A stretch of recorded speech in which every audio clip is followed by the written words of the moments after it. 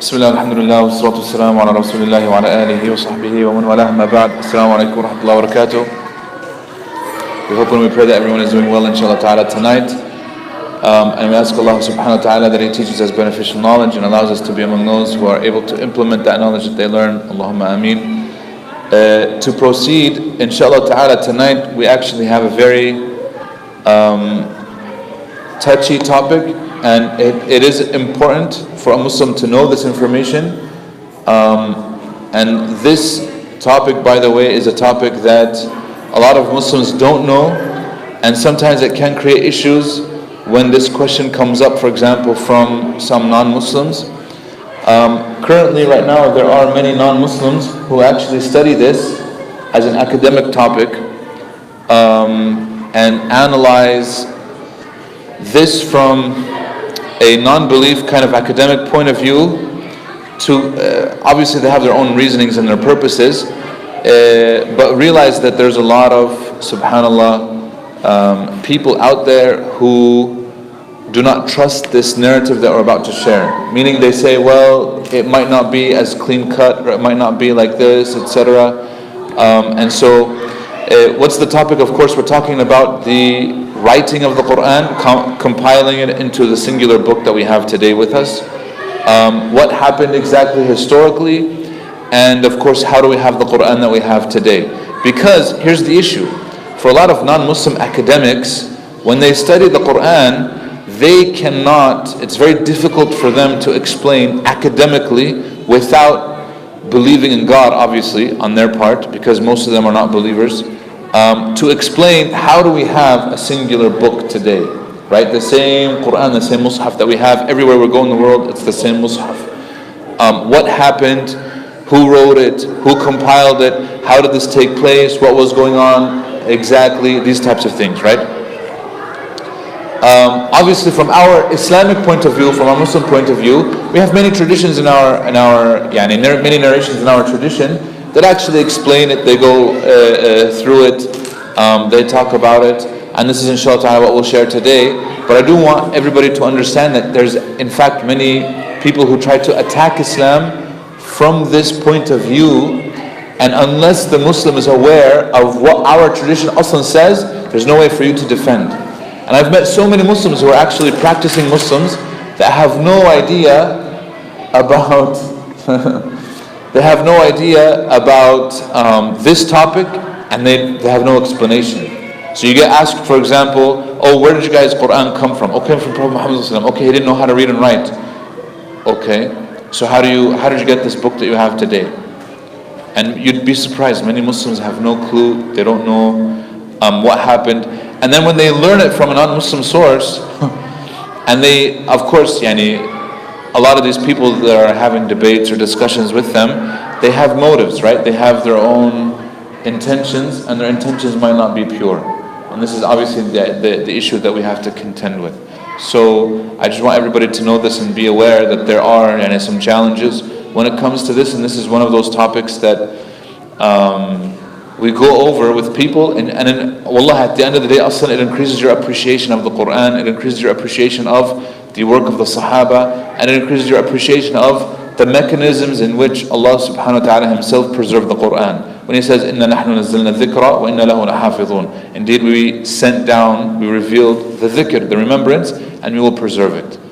So the mechanism of preservation is an amazing mechanism, and we can see it in front of us, and this is something that is completely unique to Islam as a culture, as subhanallah, as even an academic branch, because the ways and the methods that the Muslims devised were unheard of up until recent times, even in Western academia. Meaning the way that we preserved our history, the way that we preserved the Sunnah, the way that we preserved the Quran, were unheard of in the entire world up until recent times. Wallah, and this is even among religions. You know that the Jews, I don't know if you guys realize this, the Jews, the Yahud, they used to have asanid, right? Chains of narration. What happened to them? They're lost. The sanad is lost. The oldest sanad that they have goes back to what? Asanid. You guys know the asanid. The sanad is the chain of narration. So it says an fulan, an fulan, an fulan. You know what I mean? قال, with the chain of narration, right? This is the sanad, the asanid that we're talking about. The Jews had this. And multiple times their chains were lost to history. Multiple times, not once, multiple times. So at the time when Nebuchadnezzar invaded Al-Quds, Jerusalem, and enslaved 40,000 Jews, took them to Iraq, Mesopotamia at the time and whatnot, a lot of their asanid were lost to history. Right? And Allah subhanahu wa ta'ala sent prophets to them over there, among them Prophet Daniel and whatnot.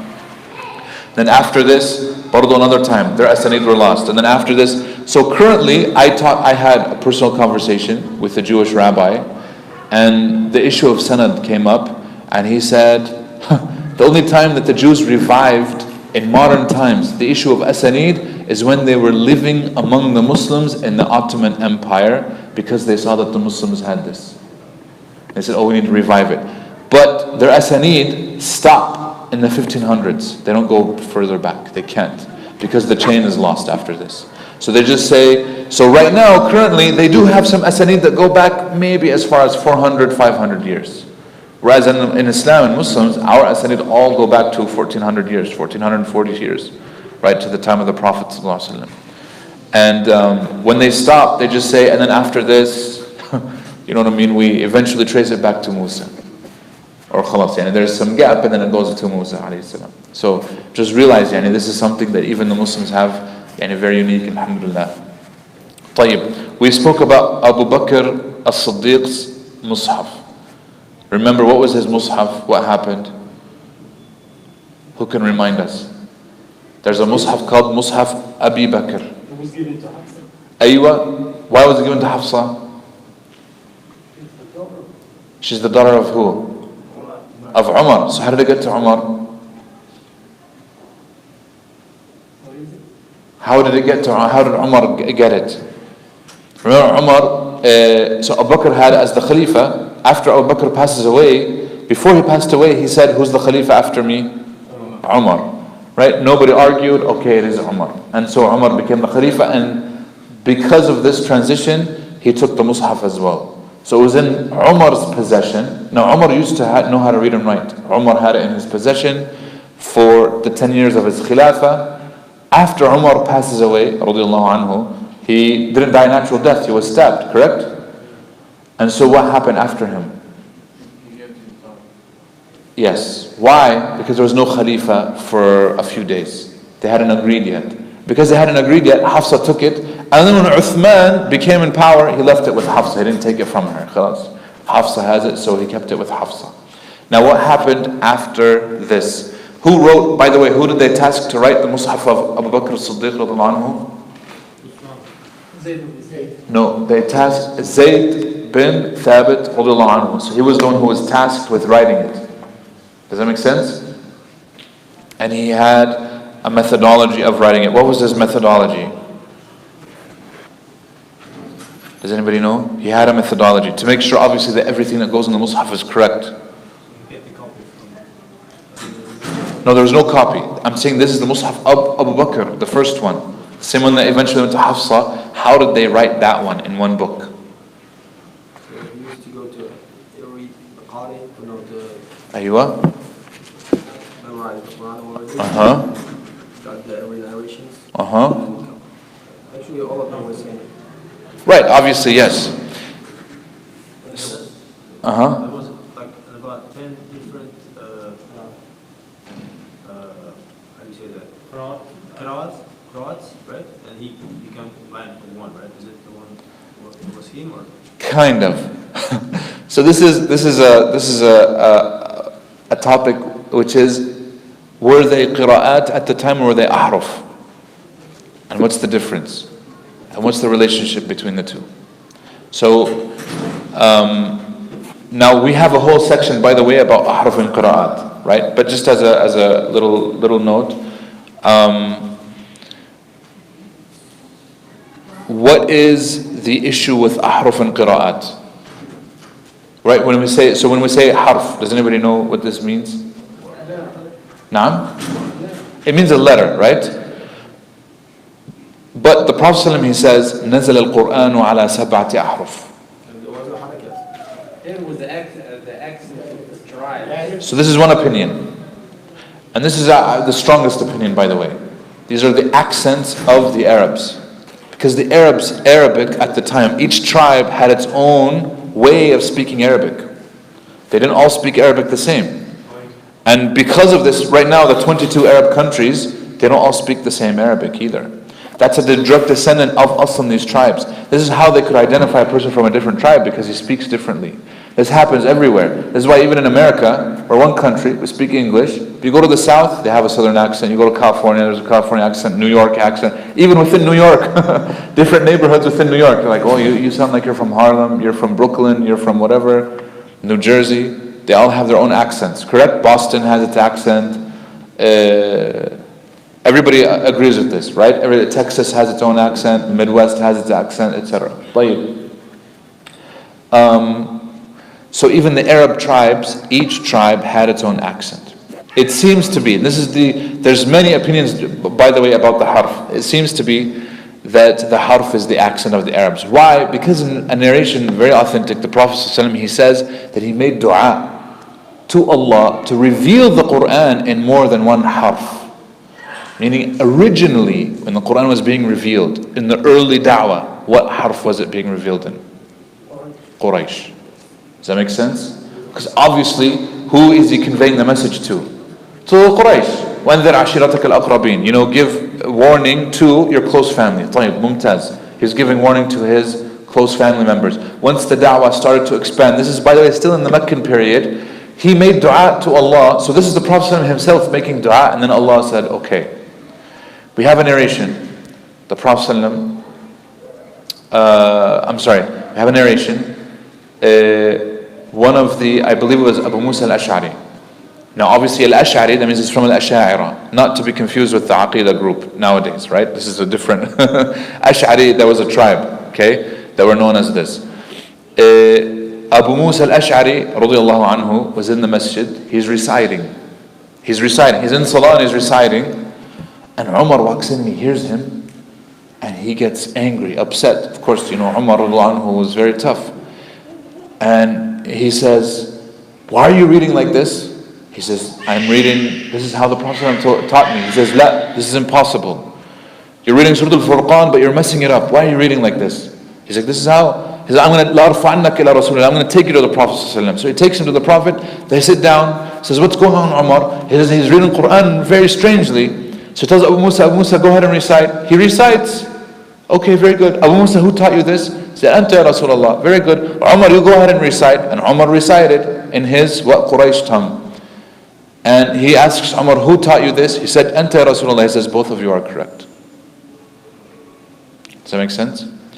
Now, Umar had an issue with the way that Abu Musa was reciting. Here's the thing. Umar recognized the surah, Surah Al-Furqan. Umar recognized the words, but he's saying you're reading it differently. Why? Because Abu Musa is reading it in his accent, which the Prophet ﷺ taught him. And this was to make it, one of the wisdoms behind this, by the way, is to make the Quran more accessible to these Arab tribes so they're more inclined to accept. Because you have to remember, this is at a time when many of the Arab tribes are like, why, if we're accepting your Quran that's in the tongue of Quraysh, by default it's like we're becoming subservient to Quraysh.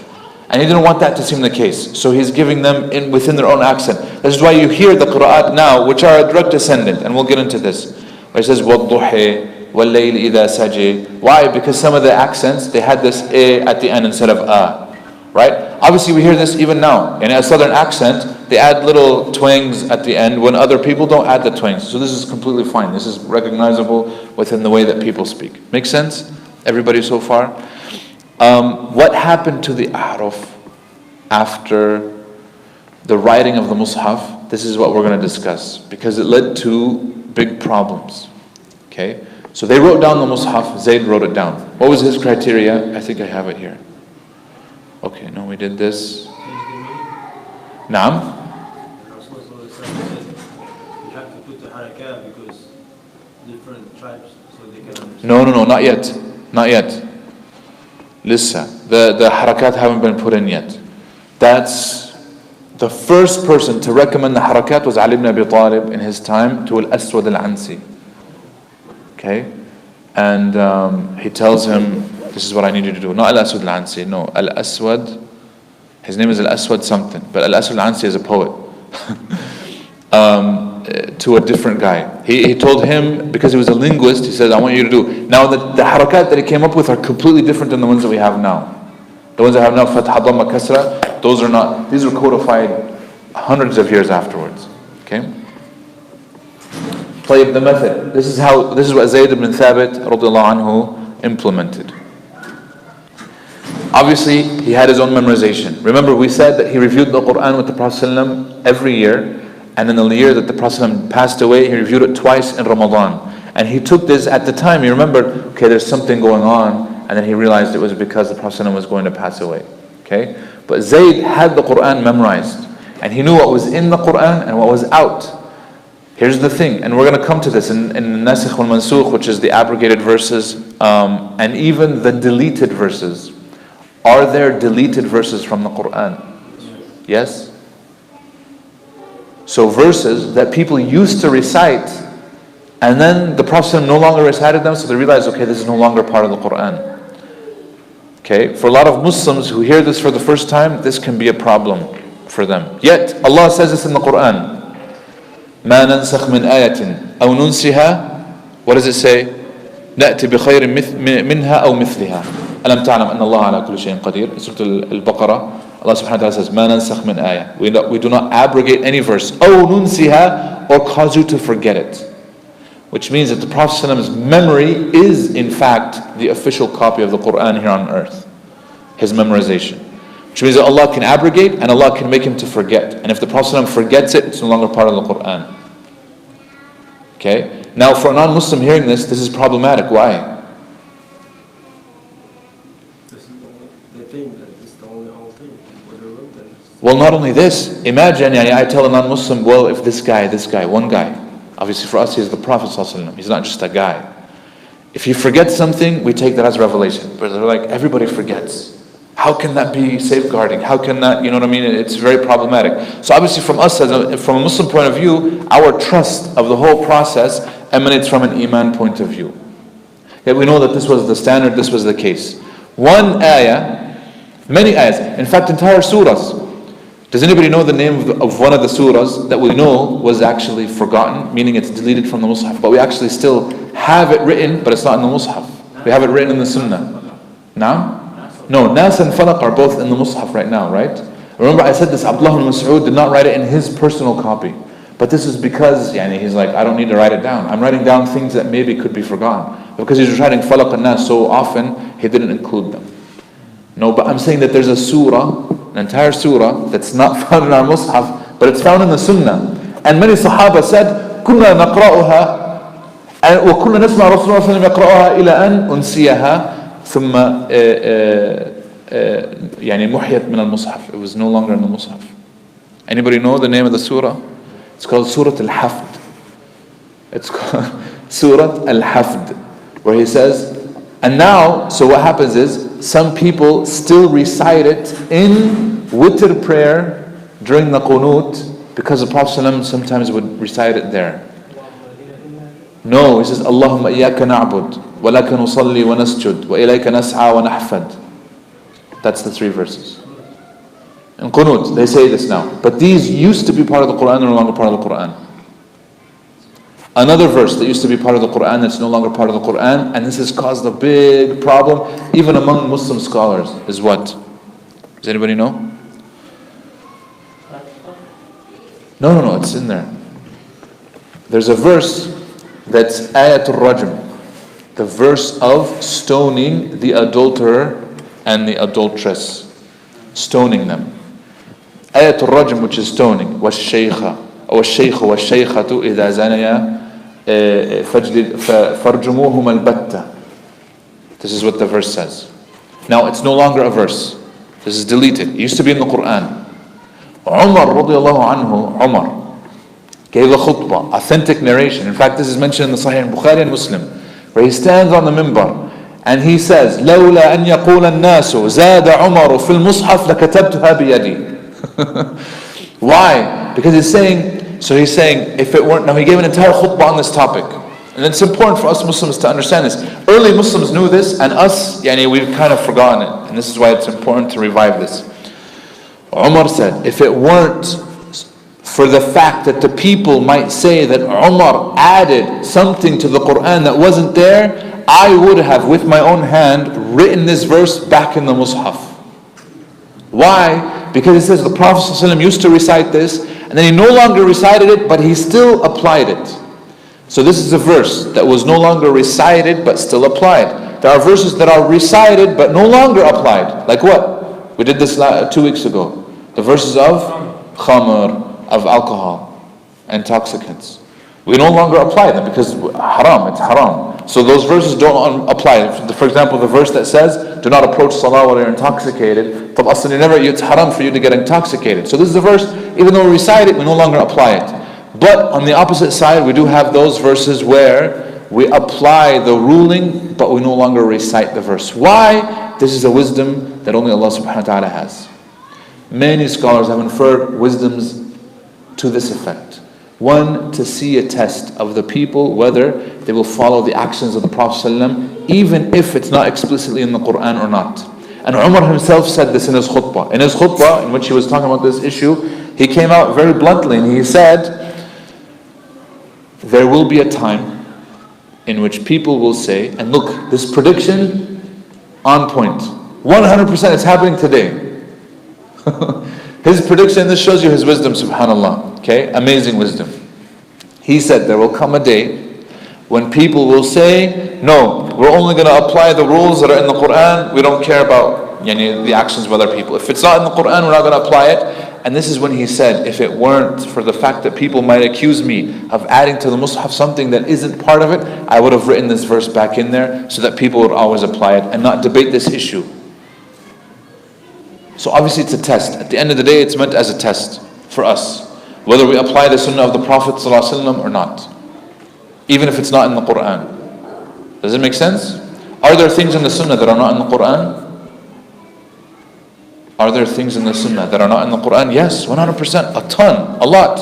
Another verse that was deleted is the verse of Rida'ah, where Aisha radiallahu anha, she says, I used to hear the Prophet ﷺ recite that Rida'ah's khams rada'at. It's 5 suckles. And then this was removed from the Quran, now it's part of the sunnah. She said, I heard this verse, I know it.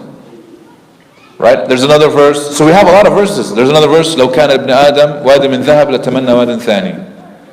If the son of Adam had a valley full of gold, he would have wished for a second one. He's not happy with just one. This is another verse, and these are all deleted. These are all gone from the Mus'haf because the Prophet ﷺ no longer recited them. And so this is how we know what's part and what's not part. Zayd bin Thabit knew this. And so this is why when he compiled the Quran, and we'll come to this, he had his memorization that he's using. He has 2 witnesses for every written part. So if he's going to write it down, he has to have something written as well. Jazakallah khair. He has to have something written as well. Make sense? So people would bring writing to him, and he would, okay, do you have any witnesses that they saw you write this from the Prophet ﷺ, or they know that this is part of the Quran? Yes. He obviously had his memorization, so he knows what's there, what's not there. So and he's accepting, he's going through, etc.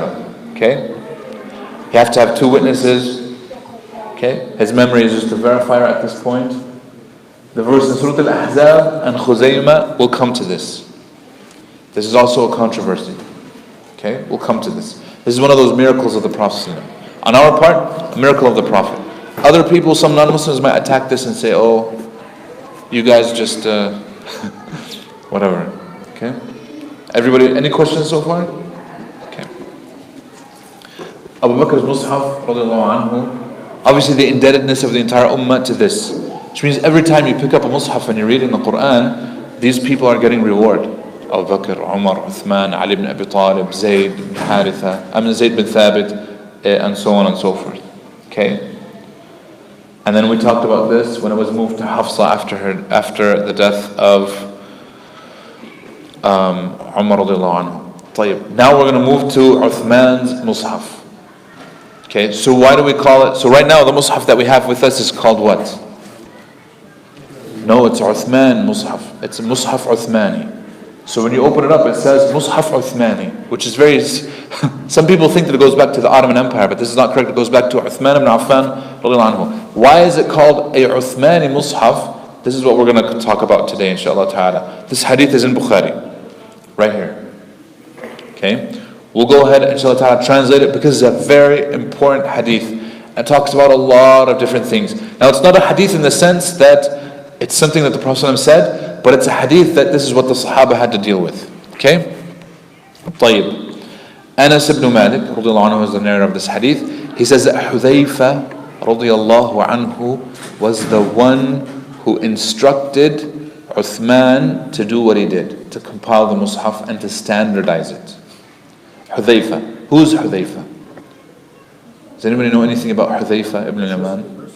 Naam? Aywa, what did he trust him with? Aywa, the secrets about the munafiqeen. Jazakallah khair. Hudhayfa was the only Sahabi who had that information. So is Hudhayfa special? Extremely special. He's one of those Sahaba that a lot of people don't know much about. Right? His personality was very different than a lot of the other Sahabas. Wallahi, an amazing individual. Once you read him, subhanallah, amazing. He says, كان الناس يسألون رسول الله صلى الله عليه وسلم عن الخير وكنت أسأله عن الشر مخافة أن يدركني. He says in the hadith, everybody used to go and ask the Prophet ﷺ about khair, about good. But I used to go and ask him about evil out of fear that it should afflict me. So he's saying very, very clearly he's different than all the other Sahaba. And think about this. They used to come, the Sahaba, standard, most of them, vast majority, Ya Rasulullah, what's the best of deeds? Ya Rasulullah, what's this? Ya Rasulullah, tell me about a good deed that I can do to enter Jannah. Very good. Hudhayfa is the opposite. And Hudhayfa would be known nowadays as like a skeptic. He's always questioning things. He's worried, he's like very careful, very meticulous, kada. It's the exact opposite of myself. Which is why sometimes when we see these traits in other people, we enjoy them. So Hudhayfa was very careful, meticulous, and he would ask about evil, not about good, because he doesn't want to stay in that evil. He says, Ya Rasulullah, Allah has given us this good. After this good is there evil? Yes. After that evil is there good? Yes. Fihi dakhan. Has some smoke. What's it smoke? You know this hadith, right? So Hudhayfa was always very careful, meticulous, these types of things.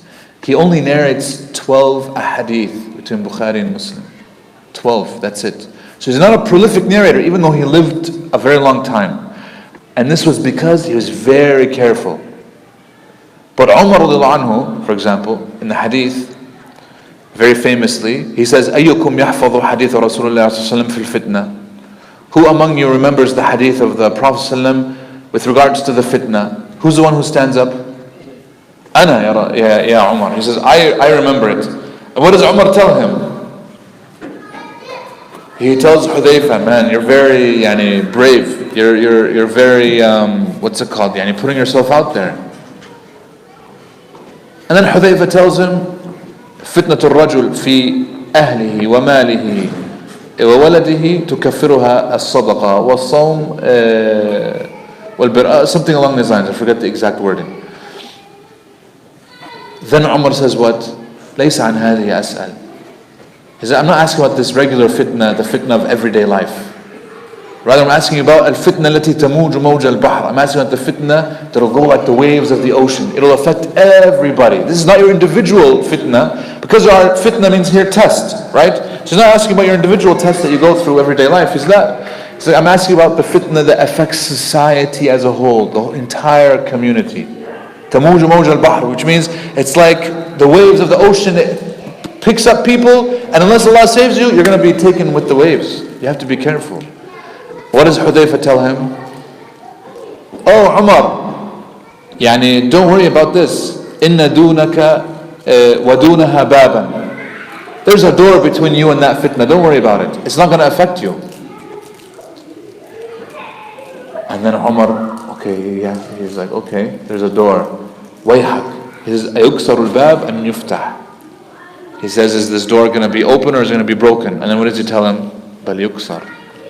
And then he says, then it is more likely that a door that is broken will never be shut again. And Hudayfa said, you're right. Hudayfa, so then after Umar left, some of the tabi'een, these are not Sahaba, tabi'een, second generation Muslims, they came to Hudayfa and they said, what are you talking about? What was this? Did Umar know what the door is? What are you talking about? Door, wave? Huh? Aywa, he said Umar is the door. Umar is the door to the fitna, and he understood, he knows that.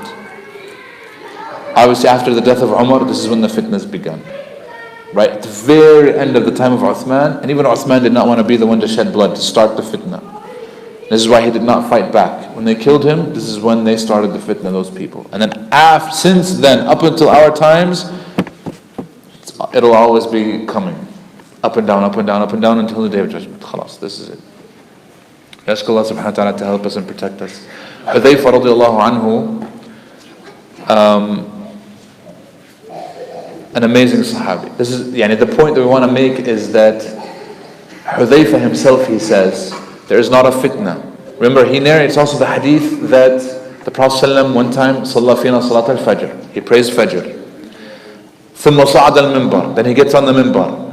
And he gave a khutbah until Dhuhr. Imagine, and we're sitting there listening. ثم نزل فصلى بنا الظهر ثم صعد المنبر وخطبنا إلى العصر ثم نزل فصلى العصر ثم صعد المنبر فصلى المغرب. And all day, khutbah, an entire day, and the Sahaba are sitting there listening about everything that's going to happen between now and the Day of Judgment. Between now, meaning then, 1400 years ago, until the Day of Judgment. This is what's going to happen to my ummah. And Hudayfa says, whoever remembers it, remembers it. Whoever forgot it, forgot it. But he says, I remember it. Hudayfa remembered it. And he says, therefore there's not a fitna that is led by 300 people or more, except that I know the man's name and his tribe, where he's from. And so many of his students said, will you not tell us those names? And he says, I'm afraid that if I give you that knowledge, those same leaders that their names are mentioned will fight you over this knowledge, and the entire corpus of hadith will be lost. But I will tell you their descriptions. This is why every fitna that comes, and especially the signs of the Day of Judgment and whatnot, we have that knowledge. Why? Because Sahaba like Hudayfa told us the signs that the Prophet ﷺ mentioned, without being too explicit, in order to protect the knowledge from being fought over by these same people that are being described in the hadith. Does that make sense? This is not that they left out information. The name doesn't really matter. What matters is that we protect ourselves. What matters is that you know their description, you know who they are and what they're like. Right? This is why it says, like, towards the Day of Judgment will not happen until تنطق الرويبضة. الرويبضة will be speaking. Who are الرويبضة? الرجل التافه يتكلم في أمر العامة. التافه, an insignificant person, a person who is also a horrible person. This person nobody would pay attention to. He's useless. His goals are completely wrong. But he's speaking about public affairs as if it's a big deal. Obviously, we live in those times. May Allah subhanahu wa ta'ala protect us. Anyways, Hudayfa is the one who started this whole thing. The Mus'haf of Uthman was on the recommendation of Hudayfa radiallahu anhu. I wanted to give that introduction just so that people they know Hudayfa is very wise, and it's as if he knows that this is a necessary step. Hudayfa ibn Yaman radiallahu anhu, he came back to Uthman. When did he come back to Uthman? He was with Yughazi. So he's on a ghazu, he's on a conquest. بأهل الشام في فتح إرمينيا وأذربيجان مع أهل العراق. So the people of Iraq teamed up with the people of Sham, of Syria, and they were both fighting in the same army, and they were conquering what? Armenia and Azerbaijan. These are the names that are mentioned in the Sunnah, in the Hadith. Azerbaijan right now, majority Muslim. Armenia has a mixture of Christians and Muslims, etc. We know that area. North of where Iran is today, right? فأفزع حذيفة اختلافهم في القراءة. What scared Hudayfa was their differing in their recitation of the Quran. So if Ahl al-Iraq are there, Iraqis generally speak the same accent, but the people from Sham speak a different accent. They're now together in the same army, which hadn't happened up until this point where they were all together in the same place. Now that they were together, what happened? People would be reciting, and then hear, what are you reciting? Why are you reciting like this? No, our recitation is better. No, our recitation is better. No, our Quran is better. Look, we have it written down here. We're reading how it's written down. No, we have it written down. Because everybody, what? They wrote their own copies. There was no standard. These are personal copies of people. And now they're what? They're differing on the Quran. If the people start to differ on the Quran, what's going to happen eventually? Fighting. Then the people of Iraq eventually, if they don't standardize this, if they don't do something about it, people of Iraq will say, this is our Iraqi Mus'haf. And the people of Sham, this is our Shami Mus'haf. And then even within Sham, eventually, this is our Dimashqi, this is our Palestini, this is our whatever. And trust me, if it was up to the people, this would have totally happened. Hudayfa freaked out and he's like, no. Because what happened, this is exactly what happened to the Christians. At this time, how many books do the Christians have? How many Gospels? So they have the canonization of the Bible. The canon has 4 different Gospels. It should be one. There should be only the Gospel of Jesus. But it's not. We have the Gospel according to Mark, so riwayat Mark. Then we have the Gospel according to John, so riwayat John. And it's a riwayat, it's a whole. Then the Gospel according to Luke. No, Paul is referenced in there. Yani. He has his own, that's lost, aslan. Matthew, the Gospel according to Matthew.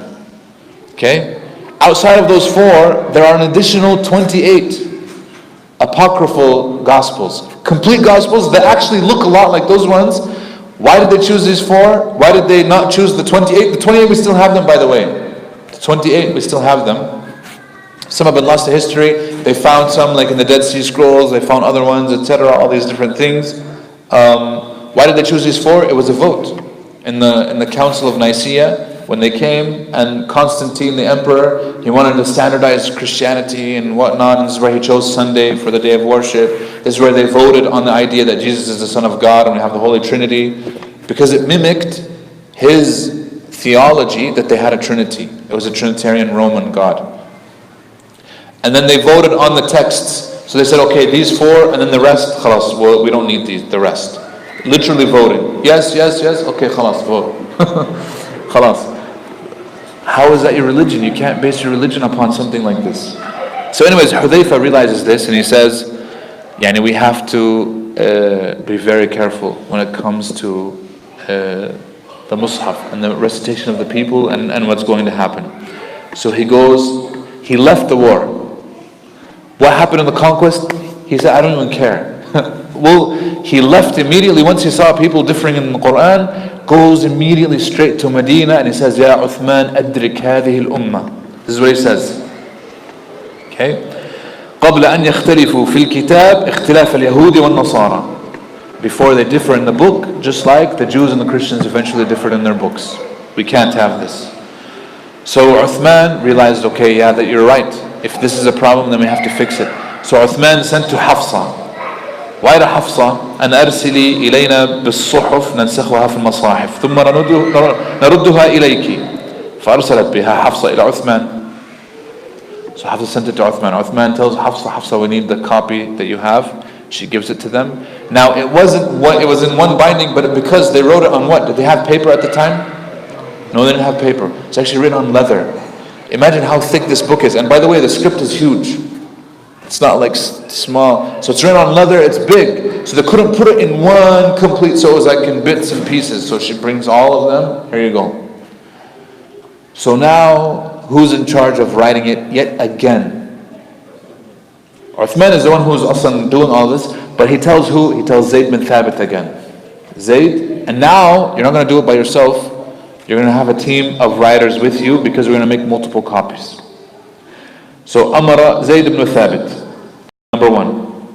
Abdullah ibn Zubayr, number 2. The great Sahabi. Everybody knows Abdullah ibn Zubayr. He's the son of Asma bint Abu Bakr. So Abu Bakr is his grandfather. From one side is Zubayr, who is the cousin of the Prophet ﷺ, is his father. As Zubayr, of course, being a disciple of the Prophet ﷺ. Abdullah ibn Zubayr at the time is a young Sahabi, relatively young.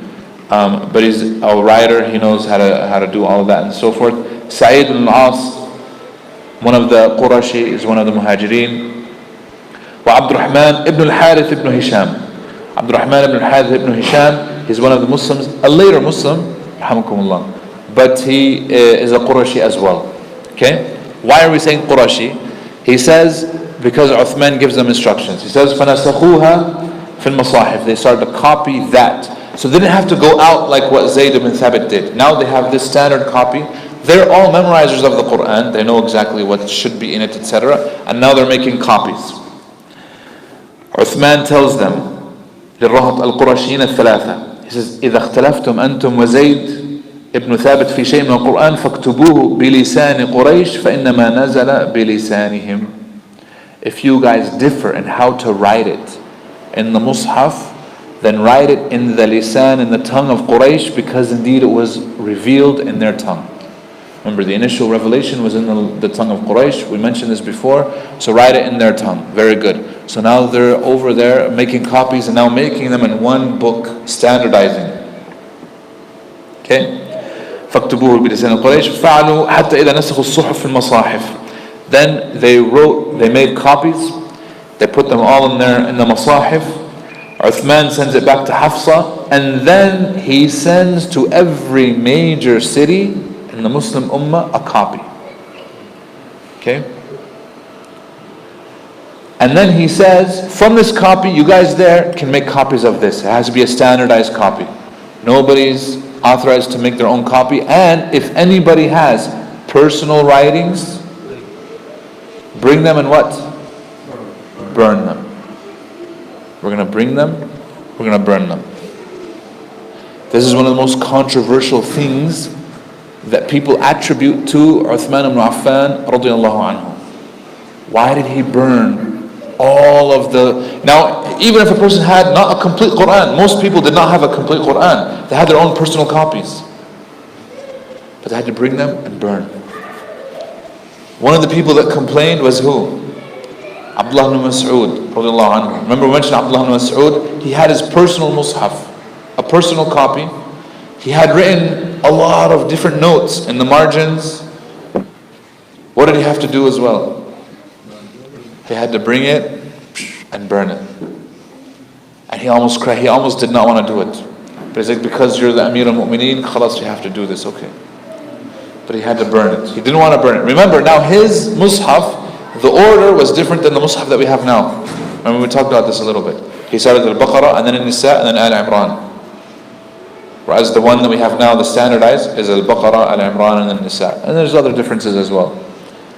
And at the time, Abdullah ibn Mas'ud was so upset that he said, who is this person that Uthman is tasking to write the Quran? Zayd bin Thabit.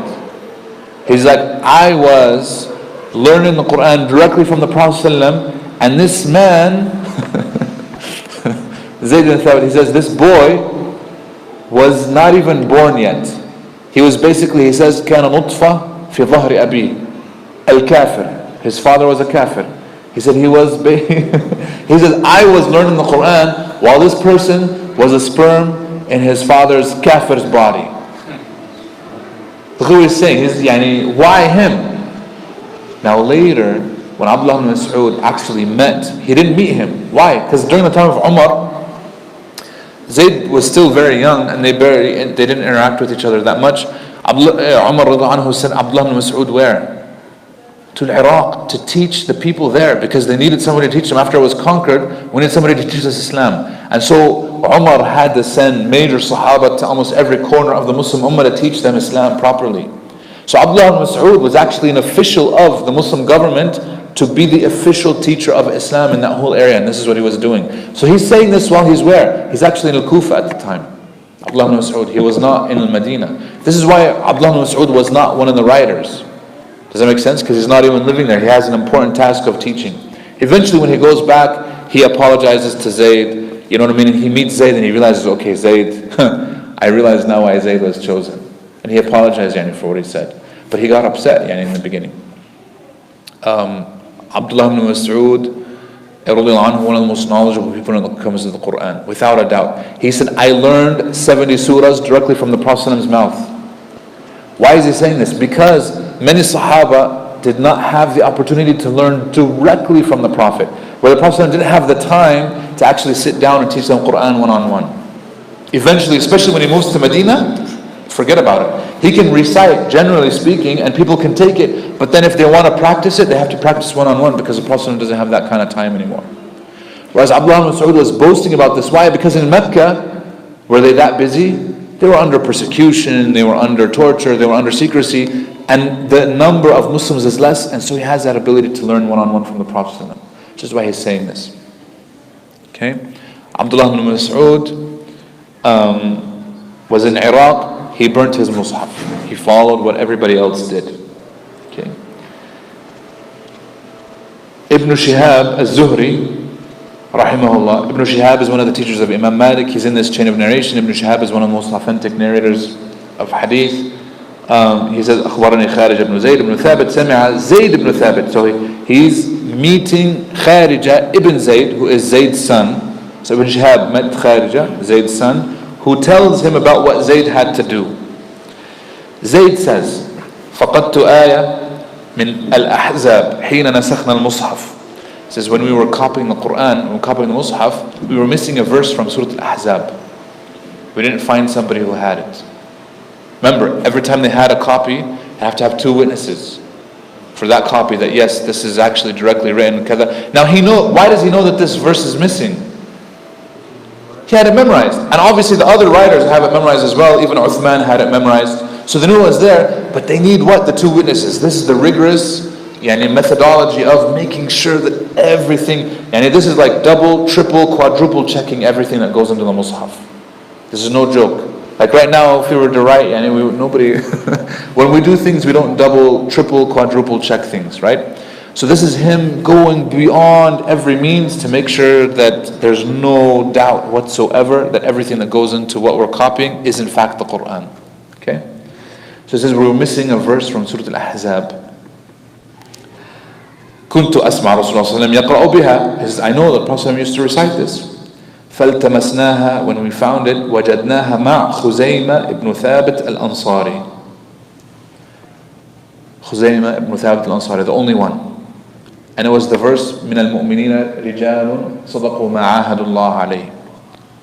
It says from the believers are men who they are honest in what they promise to do with Allah. And these are the people that talk about shahada and whatnot, martyrdom.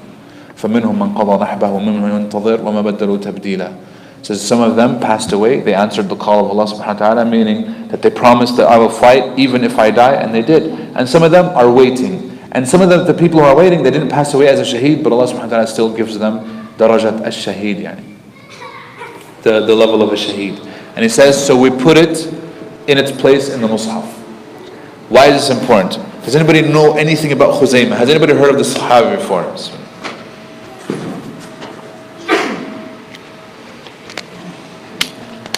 Why is this important?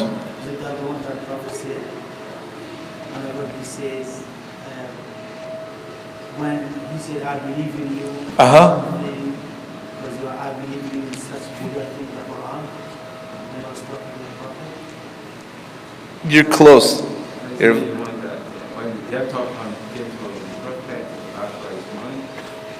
When the Prophet ﷺ, what happened? The Prophet owed somebody money, but he already paid the money. And then he came back, he began to ask for his money. And the Prophet said he has paid the money. And then he said, bring out your witness. And he said, oh, I was there when the Prophet paid the money. So when the man left, then the Prophet said, I know you are not there. How did you said you are there? He said, you brought the Injil, the Quran, the revelation from God. So about what do you think you want me to disbelieve in that? I believe in what you brought. Aywa, good. Very good. So we'll repeat it. So the Prophet ﷺ wanted to buy an animal from an Arabi, a Bedouin. And they agreed on a price, khalas, set deal, etc. Then the Arabi realized that he could make way more money than what he agreed with the Prophet ﷺ. So the Prophet ﷺ said, hey, it's time, I have the money, I want to buy the animal. He says, no, I don't want to, I'm not going to I didn't take your money. There was a big dispute. In fact, he accused him of not even paying him the money. The Prophet ﷺ actually, in one of the narrations, he paid him. And the Prophet ﷺ is like, look, I paid you, everything we agreed. Why are you backing out now? And he says, no, I'm not going to give you your money back. I never got any money, like he said. He says, if you need, bring a witness. Khuzaymah was standing there. Khuzaymah ibn Thabit. And Khuzaymah said, I'll bear witness. And the Prophet ﷺ tells him, how are you bearing witness? And you weren't there. He says, Ya Rasulullah, I believe that you received revelation. I believe in you and what you say about Allah subhanahu wa ta'ala. Should I not believe you in something less like money? Look at this. Allah is such a big deal for him. Money is not a big deal. Nowadays it's the exact opposite. People are willing to testify falsely so much. You know what I mean? They don't even think about lying about what Allah or His Messenger say. Not a problem. But when it comes to money, it's like, oh, this is a bigger deal for them. For him, it was the exact opposite. He's like, money's not a problem. He says, I'll testify for you because I trust you. This brings, by the way, up a theological point. Or not a theological point, but a point, can we deduct from this? Which is, if I trust somebody, can I testify on their behalf even if I didn't see what I'm testifying for? Yes. Nowadays. No. So let's say, for example, a brother, he has a dispute. And he's like, here, I need you to come and testify with me. I trust the brother, 100%. But can I go and I testify for him even though I wasn't there? Nowadays, no. This is something only for the Prophet ﷺ. Why? Because the Prophet ﷺ has that guarantee in the Quran by Allah subhanahu wa ta'ala that he is trustworthy. He is never going to lie, he is always telling the truth. وَمَا يَنْطِقُ عَنِ الْهَوَىٰ إِنْ هُوَ إِلَّا وَحْيٌ يُوحَىٰ. He does not speak out of desire, out of hawa. He's a revelation. Right? So obviously we have to trust the Prophet ﷺ. We can't belie him. So from that perspective, this is something special for the Prophet. So what did the Prophet ﷺ tell to Khuzaymah? He says, I want everybody to bear witness that the testimony of Khuzaymah is 2 men, not 1. The testimony of Khuzaymah is 2. It counts as 2. Shahadat Khuzaymah bi rajulayni minkum. His testimony is 2. Why? Because he's such an honest and trustworthy person. So later, when the Sahaba only found it with Khuzaymah, they said, okay, but this is only 1 person. Khuzaymah, do you have another testify? Do you have somebody to testify with you? And one of the narrations it mentions this. Ibn Hajar, he writes this in Fath al-Bari, because this is in Bukhari. And he says, subhanallah, many of the Muslims were there when the Prophet said, Khuzaymah's testimony is that of 2 men. And subhanallah, we realize the wisdom of why he said this, because he had this one verse that there was no second testifier for him. But because the Prophet had already said his testimony is twice, khalas, it solves the problem. So it's as if he knew that there was going to be a problem, and it was solved, subhanallah, because of that incident. So anyways, Khuzaymah radiallahu anhu is the Sahabi radiallahu anhu that he has the testimony of 2 men. If they didn't have Khuzaymah there, they would not put that ayah. No. So that ayah in Khuzaymah is supposed to be official. Yeah. And this is right, the verse, even the wording of the verse is amazing. It says, مِنَ الْمُؤْمِنِينَ رِجَالٌ صَدَقُوا مَا عَاهَدُوا اللَّهَ عَلَيْهِ. From the believers are men that promised what they they fulfilled their promise to Allah, meaning they were trustworthy, they were honest, etc. So it's an amazing verse. Obviously he had other verses with it, but he had that particular one that they couldn't find written down. Obviously he had it memorized. Zayd bin Thabit knew it, and many other Sahaba, they had it memorized, they just couldn't find it written. Al-Ahzab, Surah Al-Ahzab. I don't know the verse number, but it's مِنَ الْمُؤْمِنِينَ رِجَالٌ صَدَقُوا مَا عَاهَدُوا. By the way, there are similar to this, the Sahaba were debating whether the last, not whether it was part, they knew that it was part, but they needed also somebody to testify to its writing. So the narrations mention that Khuzaymah also had these 2 verses as well. So that's in the narration of Bukhari. In other narrations it mentions 2 more verses that he only had as well, which we affirm in the Mus'haf. They're there, nobody disagrees upon this. From standard Islam. What are those 2 verses? They're the last 2 verses in Surah At-Tawbah. Very good, Surah At-Tawbah. Why is this important? There is a man here in the United States who claimed to be a prophet. To claim to be a messenger. His name is Rashad Khalifa. Has anybody heard of him? This is he claimed to be a prophet in the 1980s. Okay? In Arizona, Tucson, Arizona. He has a center there. It's still there, by the way. Okay? Tucson, Arizona in the 1980s. In the 1970s, he was a mathematician and he came up with the miracle of the number 19. Has anybody heard of this? The miracle of the number 19? Everybody needs to connect with the number 19. Anyway, everything connects to the number 19. Now, the number 19, there are some surahs in which it does stand out. One of them is Surah Al-Muddathir. يا أيها المدثر قم فأنذر وربك فكبر, etc., etc. So it says عليها 19. Upon the hellfire are 19 guards. 19. Now if you count like the number of ayahs before, they're divisible by 19, and the ayahs after are divisible by 19. This is true. It's correct. Nobody's denying this. But what does that prove? Doesn't prove much. He took it a level further, and he started to say the number 19 is found all over the Quran.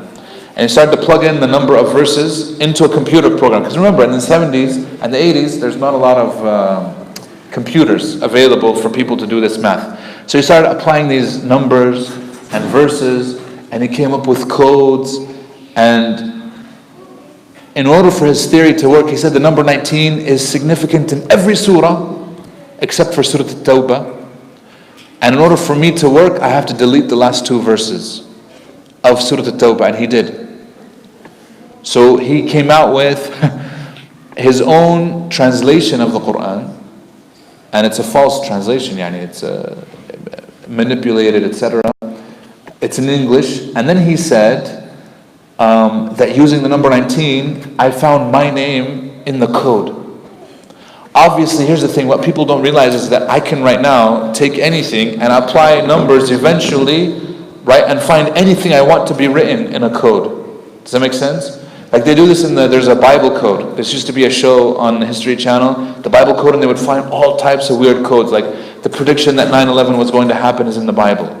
And so they rearrange the letters, and then they say if you read all the letters like this, it forms a word, and then from over here it forms another word. Of course, eventually you can find anything when you rearrange anything you want. You're playing. That's why Abdullah ibn Abbas, he says, Man adda bil abjad hawaz فَقَدْ كَفَرَ بِمَا نَزَلَ عَلَى Muhammad.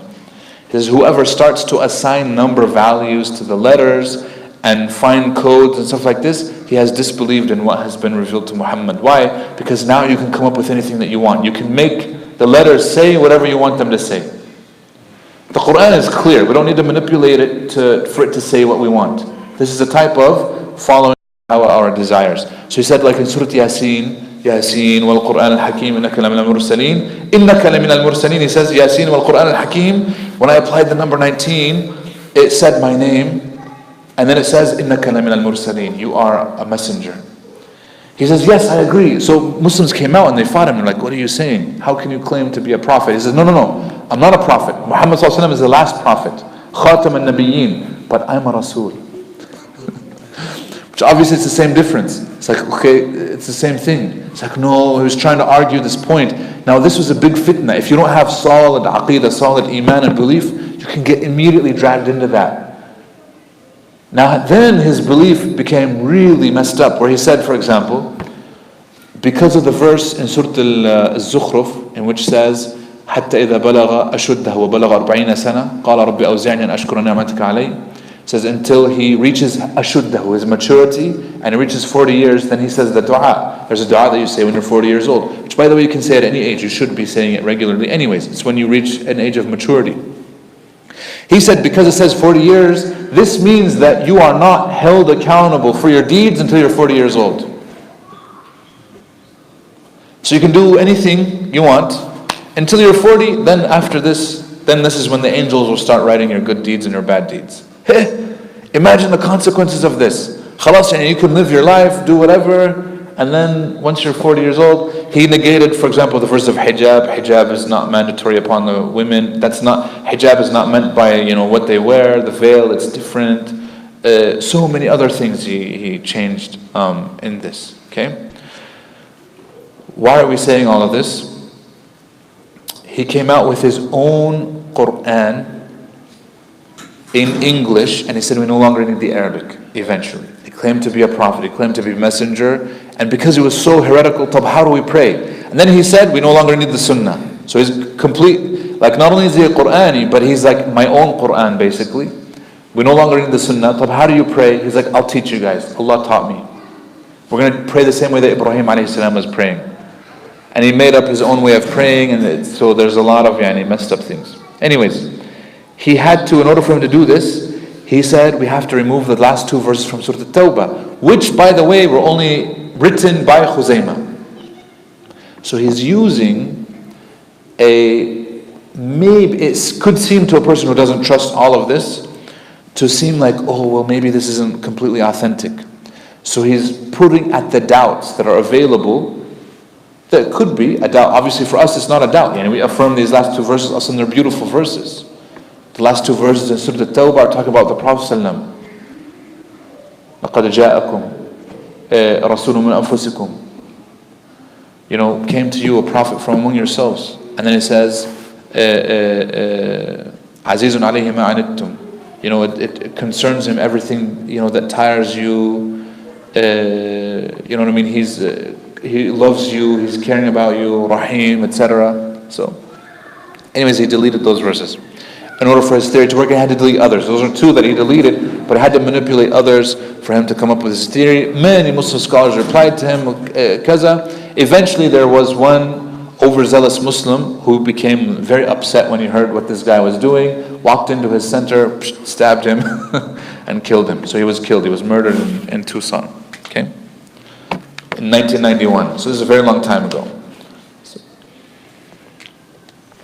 Most of you, alhamdulillah, have not heard of him, which is good. But he had a few followers, and on the internet, in the early days of the internet, his followers were the most active Muslims online. Right? And because of this, his followers grew a lot in the late 90s after his death.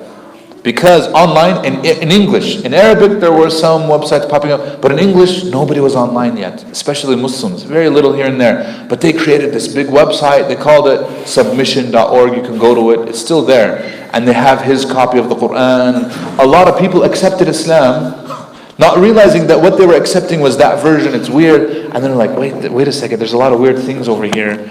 And eventually they came over, alhamdulillah, to actual Islam, mainstream Islam. But at the time, they accepted because of this. And this is why it kind of grew. Nowadays, not a lot of people follow that. It's almost completely gone. Very few followers of that specific ideology, and they're almost all exclusively here in America. But like I said, they don't believe in the Sunnah, and they don't even believe that you need the Arabic Quran. The Arabic Quran is now supplementary, whereas the English translation that this guy came up with, this is now, you can use this, you can even pray in the Salah.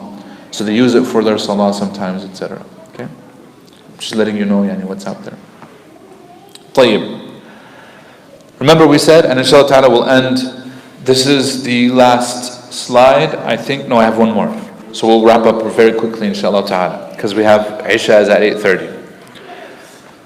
Remember we said the most controversial thing about that whole process was what? Uthman's burning of the other masahif. Anything that was not the standard that they issued was burnt. And this, a lot of people had issues with this. Why? Why are you burning the Quran? Why are you burning the mushaf, etc.? Who came to his defense? Ali ibn Abi Talib, which I think is amazing. Why? Because when Uthman became the Khalifa, who was his main opponent? It was Ali. But it shows you that Ali ibn Abi Talib loves Uthman. Okay? Another thing is, are Ali and Uthman related? How? They're both son-in-laws of the Prophet ﷺ. In fact, Uthman was the first son-in-law. By the way, who was the first person to give the Prophet ﷺ a grandchild? It's Uthman. Uthman gave the Prophet ﷺ his first grandchild, not Ali ibn Abi Talib, contrary to popular belief. Uthman got married to the first daughter that he got married to, Ruqayya, when Khadija was alive. So this is in the Mecca period. Ali didn't get married until Medina, until Fatima grew older a little bit. Because remember, Ali stayed behind and he was still young at the time, etc. But Uthman anhu was the one who actually got married first, had the first grandchild. His name was Abdullah, but he died as a child. Okay?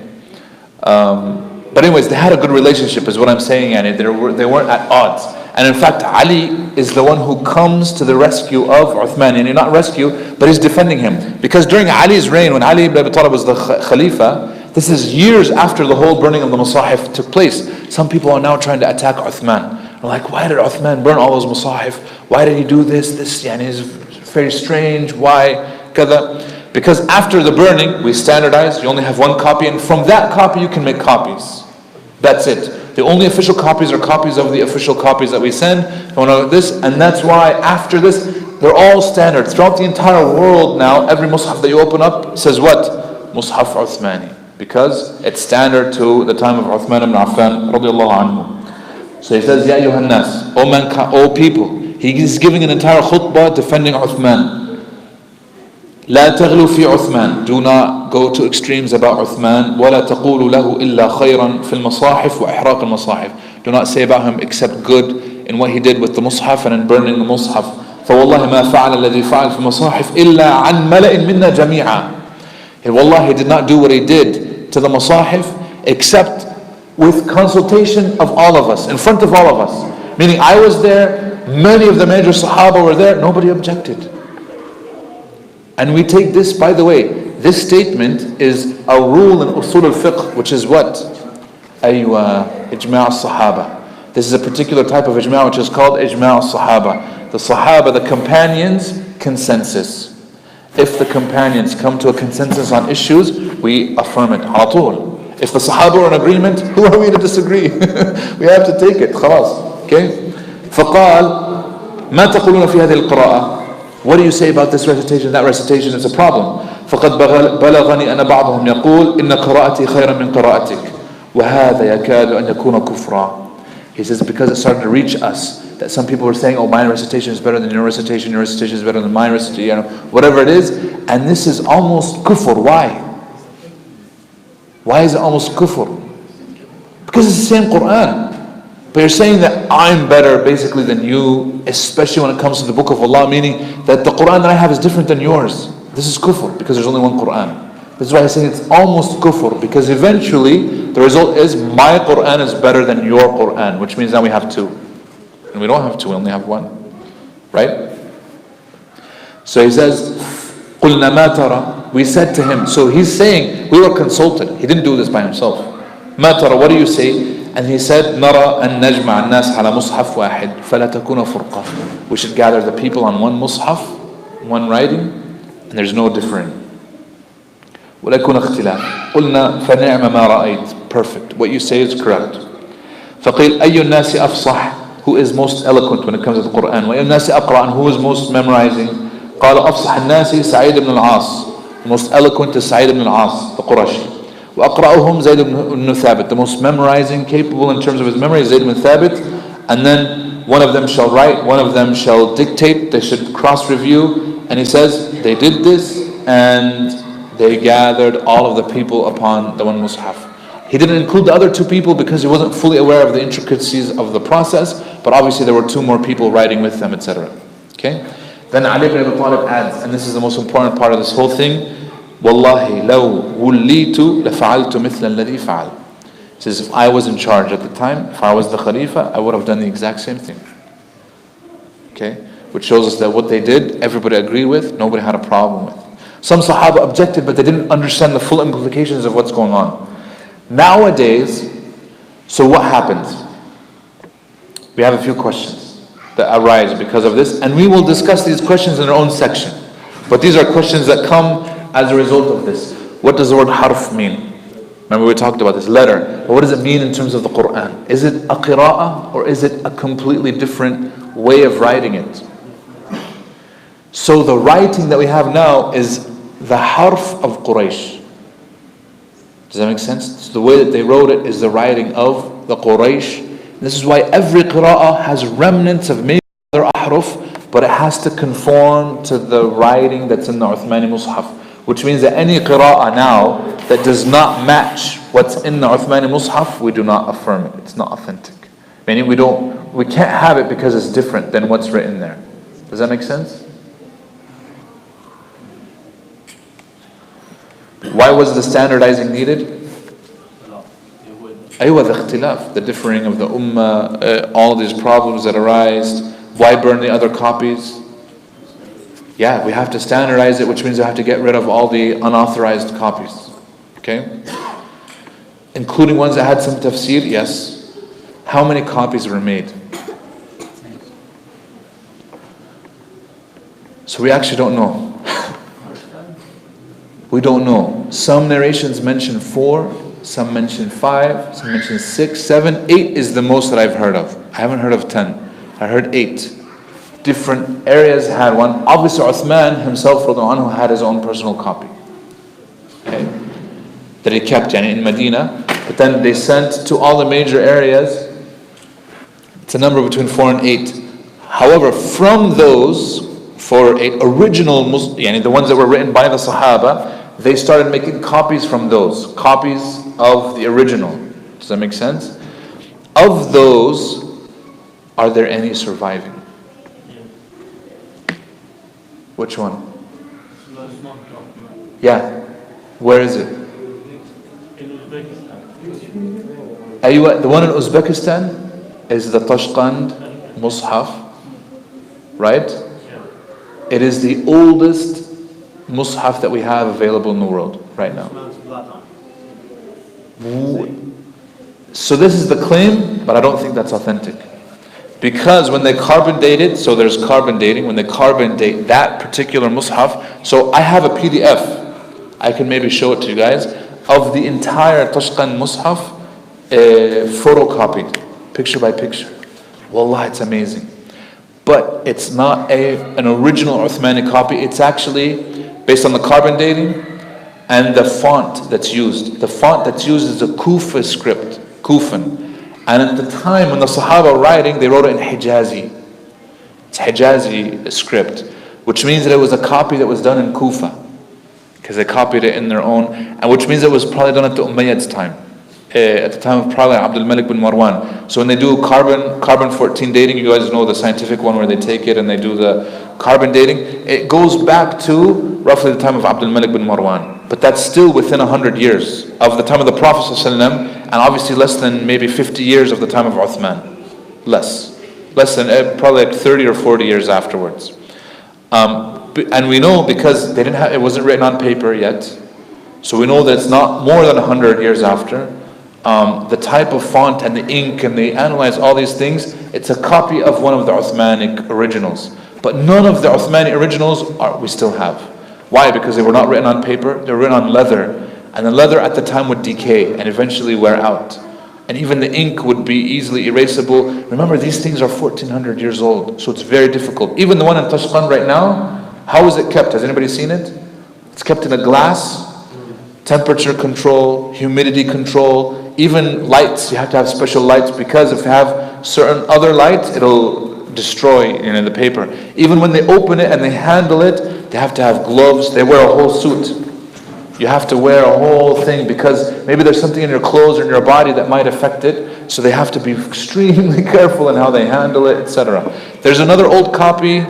There's a few old copies like this, but they're not as. And so we have a few old copies, but a few surahs, like 3 surahs. So there's that manuscript that's found in Manchester in the UK, and it only has 3 surahs. And that one goes back, it's even earlier than the Tashqand one. But the one in Tashqand is the most extensive, because it has the vast, I think 80% of the Quran. What's amazing is that you can look at it right now, if you have the Quran, because when you look at it, if you've seen the pictures, inshallah ta'ala, I'll bring the PDF and I'll show you pictures. It does not have any dots, no tashkil, no fatha kasra, no dots. So when you read it, unless you don't know how to read that type of Arabic, you're like, what am I looking at? It looks completely foreign to most people who know how to read Arabic. But it's an amazing thing, because you're obviously looking at something that was written from the time of the early, and the Sahaba were alive at that time. Abdul Malik bin Marwan, there were some Sahaba who are still alive. So this is from the time of the Sahaba, without a doubt. So we know, and then it matches exactly what we recite now, which is obviously part of the miracle. Now, from a non-Muslim perspective, we're like, okay, yeah, well, they try to explain it however they want to. So, any questions so far? You don't have any original ones then, right? None of the original Uthmani copies are still surviving. The only ones that we have are copies of the Uthmani copies. Even there's one that's kept in Istanbul in the museum there that they claim that the blood of Uthman is on. This is not the case. That's not his blood. Most likely, from a purely academic point of view, it's not his. Okay. The question was the order, the way how the order works nowadays. Whose idea was? Who was the one? So the first person to recommend that to happen was Ali ibn Abi Talib. And he told that man Al-Aswad, Al-Miqdad ibn Al-Aswad, I believe is his name. He was a linguist, and he told him to codify a way. And so he came up with a way, and they started to do this. Then later on it had development. And it went through different levels, different areas and whatnot until we have it standardized now. Inshallah ta'ala, we'll have a whole section about codifying the writing of the Mus'haf, inshallah ta'ala. Okay, why do we have it now as it is written now? Because you have to realize, I want you to think about this. If the original Mus'haf is written like how they wrote it, no dots, no letters, the first time that one of the scholars wants to add dots, not even the tashkil, just dots, some scholars accused him of doing what? Bid'ah. Brother, what you're doing is bid'ah, because this wasn't done at the time of the Prophet ﷺ. It wasn't done by the Sahaba. What are you doing? He says, but no, there's a benefit because people don't know how to read it. We have to do it. And then eventually people did it. You understand what I'm saying? And then when they wanted to do tashkil, same thing. When they want to add that little alif. So in the original ones, they don't have those little alifs. So when it says as-samawat, that little alif isn't there. And so you might not even recite it with an alif. It's samawat. Right? In some of the qira'at, which don't even have the alif. And there's a lot of those places where that's the case. Right? So adding even something like that, a lot of the scholars were very, very careful not to add anything that might change. And eventually when they did, it was because they're following a certain qira'ah. So the mushaf that we have right now here, by the way, it has to say, this is the riwayah of Hafs an Asim. It has to say this. Why? Because it's not the original way that Uthman wrote it. If it's original Uthmani way, that accommodates all of the 10 qira'at. But because now we're adding the tashkil and the little alifs and the whatnot, so we're narrowing down the recitation of this one to Hafs an Asim. Which is why there was a guy, an elder in one of our communities, he opened up a Quran that was actually a mushaf that was riwayat warsh, which is written slightly different because the marcations of how you recite in warsh is different than Hafs. Right? And he's like, Astaghfirullah al-Azim, all these mistakes in the Quran, la hawla wa la quwwata illa billah. He took out a pen and is going through page by page correcting. According to what? How he memorized, which is riwayat Hafs. And then somebody said, what are you doing, Shaykh? He's like, Astaghfirullah, this Quran is complete, full of mistakes. Hina kasra, hina dhamma, hina, what are they doing? They're like, Shaykh, it's correct. What do you mean it's correct? This is riwayat warsh. Do you know what warsh is? He's like, I have no idea what warsh is. And then he had to be explained and tell him this is what's going on. So anyway, ask Allah subhanahu wa ta'ala to help us and guide us. And he had good intentions, obviously. Anyway. Okay.